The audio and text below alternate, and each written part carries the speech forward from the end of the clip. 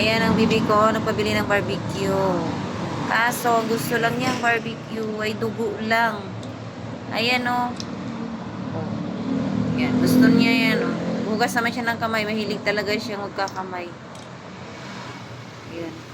Kutsarahin mo, ayaw magkutsara yan. Pero pa sa labas naman yan kakain, yung yari sa mga restaurant, nagkukutsara naman yan, nahihiya siya.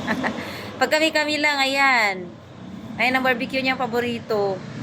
Ayan, dugo lang talaga. Ayaw niya kumain ng mga laman ng baboy or manok na ano.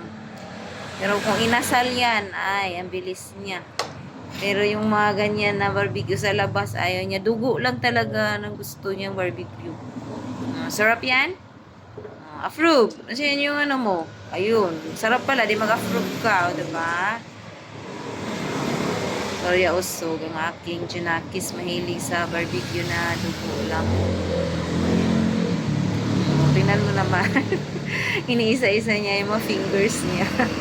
Ang mga rice dumidikit. Ayan. Thank you for watching mga ka-idol. Ang baby ko yan. Ayan. So cute and so sweet. Bye-bye.